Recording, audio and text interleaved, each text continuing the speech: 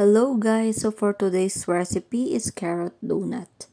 Ang kakailanganin dito is 1 cup ng grated carrots, 2 cups ng all-purpose flour, 2 teaspoon ng baking powder, 1 teaspoon ng vanilla, 1 cup ng granulated sugar.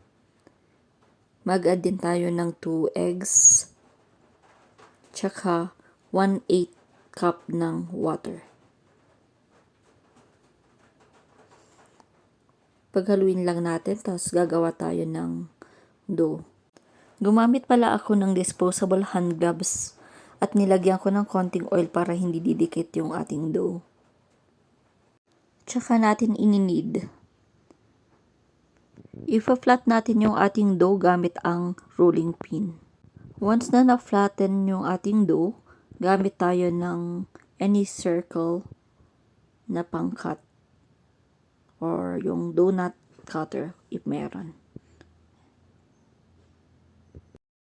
Deep fry lang natin. Bali yan na yung nalutong donut. Pwede nyong lagyan ng confectioner's sugar or granulated sugar. So, nasa sa inyo na. Yan. So, thank you so much guys and see you again on my next video.